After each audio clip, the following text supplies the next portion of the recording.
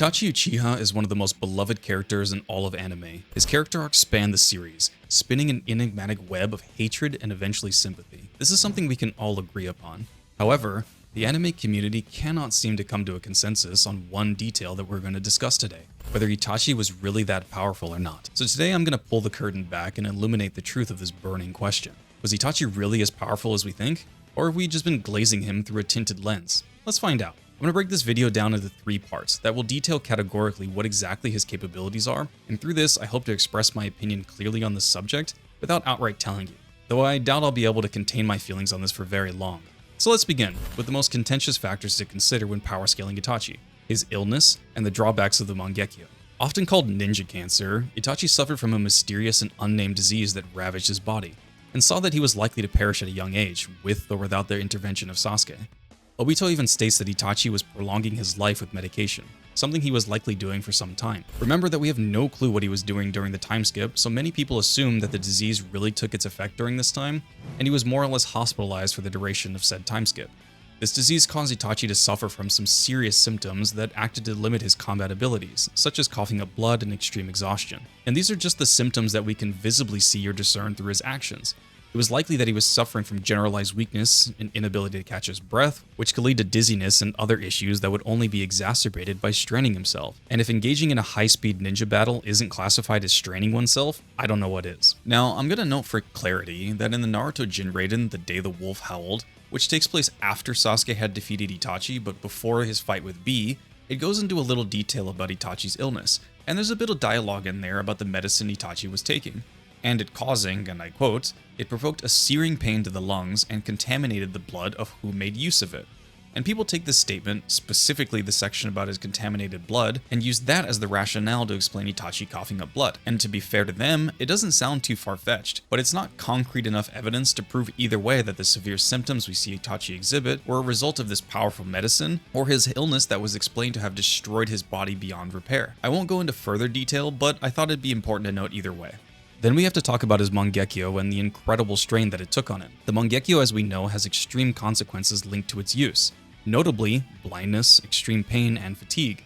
Sasuke noted that the use of Susanoo made him experience pain in every cell in his body, and that was just the ribcage version. Keep this in mind for later. With constant and frequent use of the Mangekyo and its techniques, the Sharingan eventually loses its light, which is just a colorful way of saying that they eventually go blind with repeated use.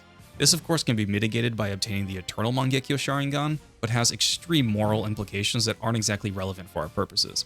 Additionally, whenever a Mangekyo technique is utilized, like the Tsukiyomi, Amaterasu, or Susanoo, the user experiences a magnitude of fatigue. This is in part due to the insane chakra cost of these techniques, but also is an inherent disadvantage to the Mangekyo's usage in general. That's sort of it as far as what Itachi is facing on a day-to-day basis, and at this point we can concretely surmise that he was experiencing hell. His body was being broken down by his disease and absolutely demolished by the use of his Mangekyo. And you may be asking, why is this important? Well, it's through this that we can begin to peel back the layers of his stated potency, and understand that despite all of this, he was still managing to take on leagues of legendary ninja with incredible ease. When you take into consideration all of this, and try to imagine that all of his opponents were fought at more or less their primes, and he was still dismantling everyone he came across, we begin to understand and see the truth. Okay, let's move on to section 2, Genjutsu. The use of Genjutsu in Naruto is already a rabbit hole that I definitely want to make a video about, so subscribe for that and more Naruto content. The prominence of Genjutsu left the series as Shippuden began. This was in part due to the series taking on a more Dragon Ball Z or JJK style, where the battles were more for spectacle than what we had in part 1, where things were allowed to slow down and the characters managed their situations with unique and creative solutions. This isn't objectively a bad thing, but Genjutsu cannot coexist with this design scheme. Genjutsu by definition is either a kill move or does nothing. It is very black and white. Either you cast a Genjutsu on somebody and it effectively allows you to control the rest of that battle, or you come across someone that is either immune or more proficient and it does nothing. In Shippuden, the concept of Jinchuriki being basically immune to Genjutsu really was the final nail in the coffin, and felt like Kishimoto himself was telling us that he was done with Genjutsu entirely. But even so, Genjutsu is absolutely broken. It had to go away because Itachi was clowning on everyone he came across with a flick of his wrist. No, seriously, the ephemeral technique is a Genjutsu Itachi uses that is cast on an opponent by pointing at them. Everyone always talks about eye contact this, eye contact that, prep time counters. No, Itachi has already shown us that he can circumvent all of that and cast everyone he wants into a Genjutsu whenever he wants. Okay, At this point, I'm going to be real with you, because from this point forward, I'm not going to be pulling my punches. I firmly believe that Itachi, despite being one of the most glazed characters in all of anime, he still is slept on. Nobody seems to grasp how ridiculous Genjutsu is as a concept and how stupidly good he is at it. So if you weren't sitting down, I suggest you do so, because I'm going to come at you with full force. Okay, Itachi versus Kurenai, Kakashi, and that other guy. By this point in the series, Kurenai was gassed up as this Genjutsu master, and within 5 seconds was sitting on her hands and made completely useless by Itachi's ability to see through and reflect Genjutsu. This was Konoha's expert in the field, and Itachi was mocking her for the one thing she had honed for probably her entire adult life. This would be the equivalent of somebody coming up to Guy or Lee and completely countering their taijutsu. The anime community would lose their minds, but because Genjutsu is more subtle than firing off Hiradora, nobody bats an eye. He then moves on to Kakashi, who personally knew Itachi, his capabilities, and exactly what the Sharingan does, more or less. Enough to warn Kurenai and whoever this other guy is to close their eyes. Kakashi, this brilliant prodigy, was still then trapped in the Tsukiyomi and hospitalized for weeks after this event. This completely negates the idea of prep time or another Sharingan being a factor to consider when facing Itachi and his Genjutsu. Those who knew him personally still had no idea what his capabilities were, and not to mention that Itachi was a good guy. He didn't want to kill Kakashi or Kurenai with his Genjutsu, even though he had them dead to rights. This was just his way of warning Konoha about the impending threat of the Akatsuki, and that the Leaf should really get it together. I'll be touching more on this a bit later with his fight against Sasuke. Okay, as I previously mentioned, the next moment we see him utilizing Genjutsu is with the ephemeral technique against Naruto. And while Naruto isn't exactly at his prime at this point, two things need to be considered here. One, it took both Sakura and Chiyo to break him out of a basic Genjutsu that again didn't require eye contact. And two, this was a body double with only 30% of Itachi's full power, the same Itachi who was not at full power at any point in Shippuden. I sort of forgot that Itachi clapped Orochimaru because it took him all of 3 seconds to completely dismantle one of the 3 legendary Sannin, someone who was candidate for Hokage and managed to kill Hiruzen, an actual Kage. This feat alone should tell you that Itachi is beyond Kage level, even though that term cannot properly encompass the entire range of strength between all of the Kage. I mean, Hiruzen is Kage level by definition, but so is Hashirama. But nobody is putting them on the same list. I'll digress. Let's move on to Sasuke versus Itachi. So the battle starts, and from the beginning, Sasuke is put in a Genjutsu, where this entire sequence takes place. Sasuke has no clue that he's in a Genjutsu at this point, and just when he thinks he's broken out and flipped the battle in his favor, Itachi then shows him that despite all of this, he's still trapped in a Genjutsu. Sasuke says something like, "Why don't we end this charade?" implying that he was somehow aware of what was going on. But I think this has to be a falsehood, and more likely, Sasuke has been subject to Itachi's Genjutsu before, and was just tired of the illusions. Keep in mind that Sasuke is an extremely proficient user of the Sharingan, soloing Deidara, who specifically trained to counter Genjutsu, and was then still defeated by Sasuke's Genjutsu. Sasuke is not an amateur, and normally would be considered in the upper echelons of Genjutsu prowess, if people like Itachi weren't around to completely humble him. What happens next is important to consider because it's highly debated. Itachi casts Tsukiyomi on Sasuke, and people take this moment and run with it because Sasuke broke out of this Tsukiyomi. But that then disregards the entire scope of the fight for Itachi, which was to make Sasuke stronger, unlock his Mangekyo, and push him to the extent that Orochimaru would reveal himself, so that Itachi could seal him and remove that negative influence on his brother. Obito mentions after this fight that Sasuke never saw through a single one of Itachi's illusions, and it was just Itachi pushing Sasuke to the brink. Sure, this can be interpreted as Sasuke not seeing through the lies he was told by Itachi, but knowing how linked Itachi and Genjutsu are, it is very difficult to argue that Obito was only talking about the deception. In this same conversation, Obito said explicitly to Sasuke that if Itachi wanted him dead, he most certainly would be. And we get 2 panels immediately after this showing us the Tsukiyomi and Amaterasu. This is to inform us that Itachi wasn't using his full potential specifically with the use of these 2 techniques. Okay, I think at this point I have demonstrated that yes, Itachi is ridiculous with Genjutsu and really should not be understated. Knowing that, let's move on to section 3, which covers the rest of his abilities and the wrap-up.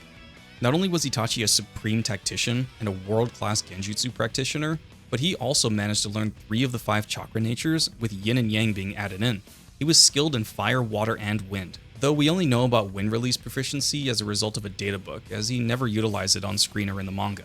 He had a summoning contract with crows that he would often pair his Genjutsu abilities with, overwhelming his opponents and making it effectively impossible not to make eye contact with one of them, and then casting a powerful Genjutsu. His Taijutsu abilities are understated, fighting Kyuubi Chakra mode Naruto for some time, and was so proficient in hand seals that Kakashi, even with his 3 Tomoe Sharingan, could not follow the weaving of his seals. There's actually not even a manga panel to show Itachi weaving any seals at this moment because none of the spectators actually saw him do it, and that was both Kurenai and Kakashi, two Jonin. He also showed the ability to use shadow clones and utilize them in conjunction with Clone Great Explosion, which, as you might have guessed, causes the shadow clones to explode whenever the user chooses. This coupled with Genjutsu prowess and hand seal mastery, he could easily hide the fact that he ever utilized a clone and completely catch an opponent off guard. That's sort of it for his basic abilities, but suffice to say, Itachi was just better at nearly everything than everyone. Every aspect of his skill set was refined to the razor's edge of perfection. And this isn't even accounting for his Mangekyo Sharingan techniques. Let's briefly discuss those. Amaterasu. According to the second data book, the heat of this technique is something comparable to the sun, which of course is hyperbolic as hell, but one can assume that it's just significantly hotter than any fire release technique. As we know, it is also unextinguishable and burns for 7 days and 7 nights. But what makes this technique so potent is the fact that it doesn't have a real travel time, so to speak. It doesn't shoot from the user's eyes and travel to a target like a bullet. Instead, it just appears in a location in space that the user can see. This is very similar to the long-range Kamui that Kakashi uses. It makes it incredibly difficult to dodge. So difficult, in fact, that it took lightning release chakra mode plus body flicker to dodge it, and when A did get hit by it, nobody was prepared to handle it, and just that interaction resulted in A being permanently mutilated. He of course has the Tsukiyomi technique, which I touched briefly upon earlier, but I really want to nail it home that this technique solos 99% of the Naruto series. That's not even an exaggeration. I have enough fingers on my hands to count the people that this doesn't completely invalidate, with enough fingers left over to count to 5. If you want to see that video, tell me in the comments. Then there's this Susanoo, which is indescribably, stupidly broken. Already the Susanoo is a ridiculous technique that was sort of the beginning of the end for cool ninja battles before Naruto turned into Gundam with hand seals. But then you have to factor the Totsuka Blade and Yata Mirror. The Totsuka Blade is a spiritual weapon that seals anything it pierces into a crazy genjutsu world that is inescapable. It has no supposed counters, and there's no described way to stop it. Even techniques like the Human Path or Dead Demon Consuming Seal, the one with the Shinigami, where the user forcefully rips out your soul, can be countered with brute force. The Totsuka Blade is an insta-kill move that completely breaks the power scaling conversation. Then there's the Yata Mirror, which not only defends against all physical attacks, but effectively negates chakra-based attacks by changing its nature to nullify anything. Effectively Truth Seeker orbs without the weakness to Senjutsu. It was like Kishimoto knew he was killing off Itachi anyway, so you might as well give him everything. There's a good reason why Sasuke didn't inherit these tools, because like Itachi's whole moveset, it's full of absolute statements. He blocks, seals, and genjutsus everything absolutely. And whether or not you survive the encounter has almost nothing to do with your skill set, and almost entirely to do with Itachi's illness and willingness to kill you. Now I know already there's going to be a few of you thinking that despite everything I've said, we'll still remark on how his illness prevents him from doing X, Y, and Z. And I agree that he was limited in how much time he could exert himself for. But we're not asking Itachi to win the war by himself, or fight a gauntlet of shinobi. We're asking if Itachi, knowing his own limits, can win battles that he would take. Itachi knows that in a prolonged fight he's going to lose, so why in any universe would he prolong a fight, when every single one of his techniques is capable of ending the fight immediately, without any counter to most of them? What people fail to realize, and why I had to make this video, is that Itachi isn't a mindless entity. In a fight he must win, he's going to use the exact tools necessary to achieve that as quickly as possible. And that will often just mean Genjutsu Paralysis and Totsuka Blade Seal, and that person is gone forever. Want a scenario? Tobirama is staring down Itachi, knowing that the vile Uchiha is going to cast a Genjutsu. He knows it's coming and avoids eye contact. Okay, now Itachi points at Tobirama and casts Ephemeral. Tobirama is now paralyzed, Itachi walks up to him, puts him in Tsukiyomi, and now Tobirama is trapped for a lifetime in a Genjutsu. And when he wakes up, if he wakes up, he'll either be psychologically damaged, sealed in the Totsuka Blade, or burned alive by Amaterasu. That's how 99% of fights would go against almost every character you can name. And that's it. Itachi is busted as hell, and there are very, very few people that are surviving an encounter with him if he wants them dead. But fortunately for the shinobi world, Itachi was a great man, willing to sacrifice everything for his ideals and loved ones.